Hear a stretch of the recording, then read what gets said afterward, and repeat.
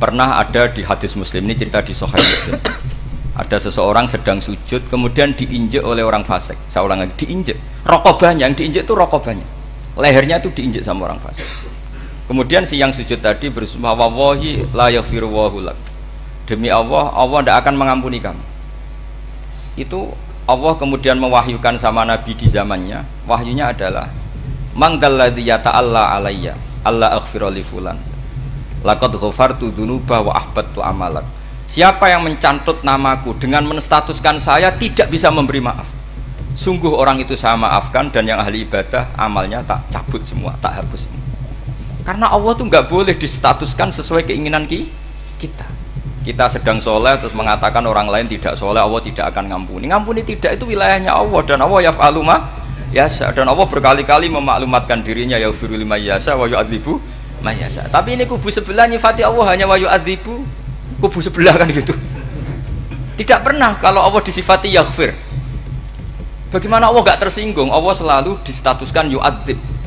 Itu kira-kira kalau Allah kan gini, saya ini bisa yu'adzib, bisa aghfir, kenapa status saya tinggal yu'adzib? Ini ngaji di mana? Khatam enggak gitu kan gitu. Makanya resikonya ahli sunnah itu masyhur tuh Pak Hamid Pasuruan, tamu macam-macam diterima. Ketika orang benci Golkar itu ada tamu dari Golkar juga diterima. Ketika orang nggak mau diberi hadiah oleh orang Golkar, Pak Hamid ya diterima. Bilang ke bapak, mengaku lomo wae nur, duit enggak ana gunane dhewe.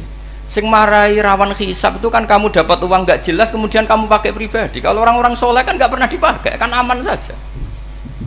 Loh, dihisab apanya? Wong hanya peralon. Kalau istilahnya Pak Hamid itu peralon. Datang diberikan orang lagi, datang diberikan. Kalau kena kamu kan hisab. Terus kamu nyate makan wareg glegeken. Wah itu uangnya nggak jelas dipakai nyate glegeken, ya mesti hisab. Kalau nggak jelas ya disedekahkan. Kalau ingin bebas apa? Hisab. Tapi kalau sering sedekah biasanya nggak bebas dari miskin. Tapi kalau kamu wali kan tetap kayak Pak Hamid itu masyhur bisa kok. Tapi kan nggak jadi miskin. Kamu nggak terkenal sakok tapi miskin. Ini nggak wali. Ini penting. Jadi kebanyakan orang ekstrim karena mensifati Allah Ta'ala itu hanya dengan status yu'adzib, tidak dengan status yaghfir. Dan itu mereka harus ngaji lagi. Kurang apanya Rasulullah SAW? Nabi sebagai manusia benci sekali sama pembunuh Hamzah karena qatilu ahabbin nasi ila Rasulillah, yaitu sama Wahsy. Siapa yang nggak tahu Wahsy? Qatala ahabban nasi ila Rasulillah, itu qatala Hamzah. Dan ketika Nabi nyuwun sewu maksud no Wahsy, Allah malah nurkan ayat laisa laka minal amri syai'un aw yatuba alaihi. Ada pilihannya aw yatuba alaihi. Apa yang terjadi? Justru Allah mentobati Wahsy, memaafkan Wahsy, mentobati Wahsy. Ada sahabat yang dipuji Nabi hamamatul masjid, akhirnya su'ul khotimah. Kita tahu ceritanya siapa? Sa'labah.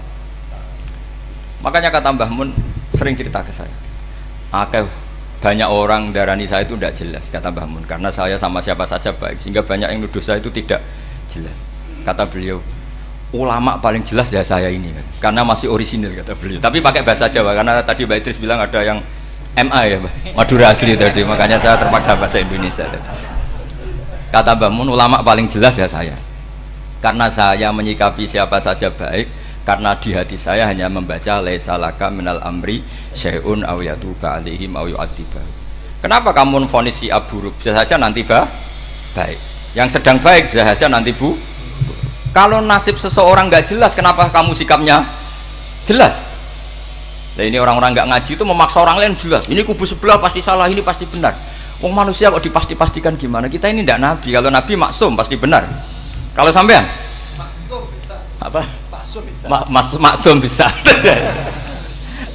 Jadi ketidakjelasan para ulama ini berdasar konstitusi tadi, bahwa itu wilayahnya Allah Subhanahu wa Ta'ala.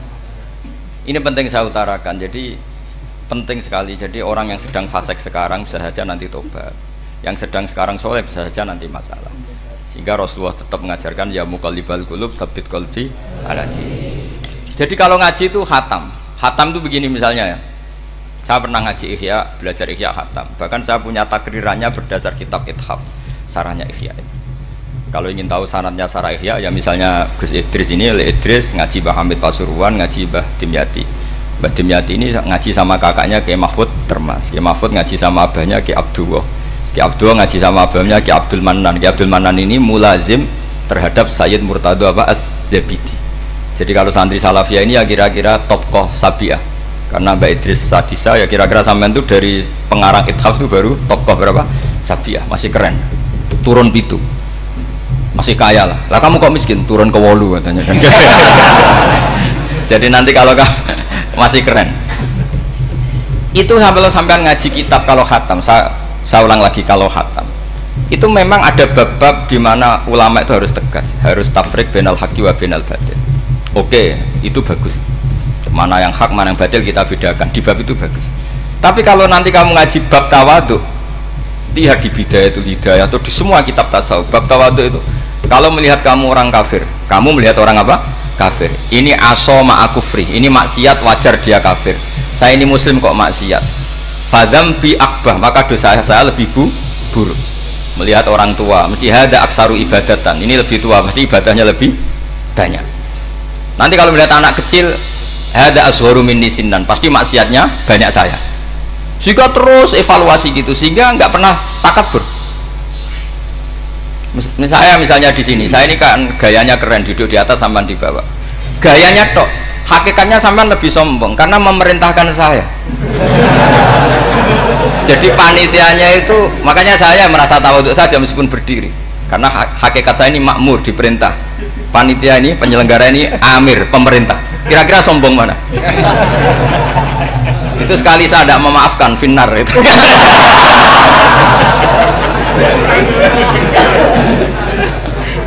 Tapi insya Allah tak maafkan lah. Iya masih insya Allah. Jadi ini penting. Jadi mbok ya orang-orang yang ekstrim tuh mikir keinginan Rasulullah SAW itu umatnya meninggal dalam keadaan baik. Makanya benar tadi, notulen tadi, kalau doa, kalau ingin mandi itu memang harus ada jadabnya. Tapi yang asli loh ya, jangan gaya-gayanan. Ya asli betul loh, yang nggak khilaf memang asli.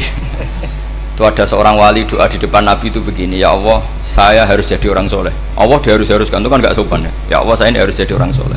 Kenapa? Sekali saya soleh, maka surroh habibu, yang senang kekasihmu. Sekali saya fasik, maka yang senang musuhmu, yaitu iblis. Tinggal jenengan milih mana, nyenangkan kekasihmu apa nyenangkan musuhmu. Akhirnya dapat aku ya sudah soleh aja soleh ini kok doa kok neror orang ini. Kira-kira gitu. Jadi ya Allah, saya harus jadi orang soleh. Kalau saya jadi orang soleh, surroh habibuk, yang senang kekasihmu. Kalau saya jadi orang fasik, yang senang musuhmu. Sedangkan tinggal milih saja, menyenangkan kekasihmu apa menyenangkan musuhmu. Kira-kira Allah senang mana? Senang menyenangkan. Wah, itu doa paling mustajab. Tapi syaratnya harus anti bikolbin dan dari ijazah nggak mandi, itu ijazah nggak mandi. Maka ini tidak saya ijazahkan. Nanti kalau kamu ngalami isak sendiri, ngalami wujdi sendiri, terus ngalami itu, insya Allah makbul. Tidak mau gaya-gayanan copy paste, nggak diterima itu. Jadi wali-wali dulu itu kalau berdoa itu sederhana, tapi dari hati yang paling dalam. Makanya Nabi Musa itu terkenal, orang paling seenaknya sendiri dan Nabi Musa hubungannya dengan Allah. Tapi sama Allah dimaafkan karena orisinil, tidak bikin-bikin. Rasulullah juga itu, kalau sudah marah itu doanya gitu. Cuma celakanya ditiru Nira Warisman dulu itu. Nabi itu ketika perang Badar itu jelas kalah, nggak mungkin menang, sudah jelas kalah. Nabi hanya 313, orang kafir 1000 dengan perlengkapan apa? Sudah lengkap semua. Setelah perang dilihat itu jelas kalah. Seri awal yang memang kalah betul. Doanya Nabi apa? Allahumma intuhlik hadil isobah lam tu'bad badal ya. Ampun Gusti, silahkan bikin kalah, tapi ra ono sing roh nak jenengan pangeran. Bon lahiran jenengan dadi pangeran, serano sing roh. Enggak ada ibadah. Intuhlik hadil isobah lam tu'bad badal ya. Kalau engkau menghancurkan kelompok saya ini, jenengan sebagai Tuhan tidak ada yang nyembah lagi. Karena yang nyembah tinggal kelompok kita. Tapi yang ngendikan Nabi, kalau kamu niru tidak bisa. Gak bisa kamu doa, ya Allah saya ini santri Salafiyah, kalau saya bodoh menjadi presiden buruk terhadap alumni Salafiyah. Gak apa-apa sekali-kali doa gitu. Tapi kata Allah lainnya masih banyak.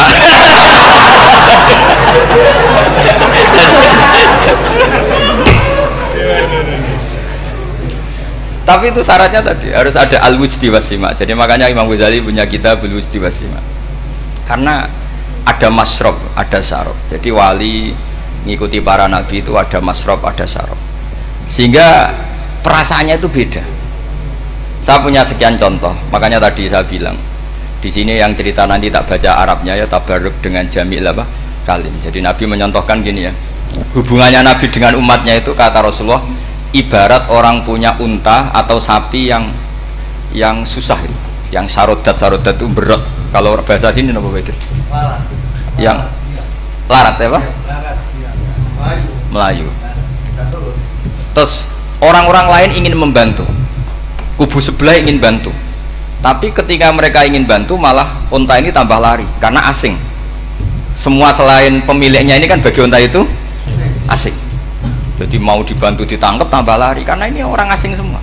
Ngajinya agak jelas, asalnya agak jelas, tapi mau ikut umat Islam ini asing semua. Akhirnya kata Nabi yang punya unta itu tadi datang, kemudian ngambil rumput, terus unta itu dipanggil, kemudian unta itu ngikuti. Kata Nabi, ibarat saya seperti itu. Kalau saya yang memimpin Islam, saya yang merawat umat saya, maka umat akan mudallalah, akan nurut. Tapi kalau yang rumat kalian, malah Islam menjadi kacau. Kenapa menjadi kacau? Karena tadi nyifati Allah saja salah. Orang Islam baik dihukumi kafir hanya karena tahlilan, hanya karena manakiban dihukumi kafir. Sekarang inginnya Nabi orang menjadi muslim apa kafir? Inginnya Nabi orang menjadi muslim apa kafir? Muslim. Lalu gara-gara melakukan perilaku tertentu dihukumi kafir. Iya, ziarah wali songo musyrik, nyekel patok musyrik. Katanya minta sama mayit.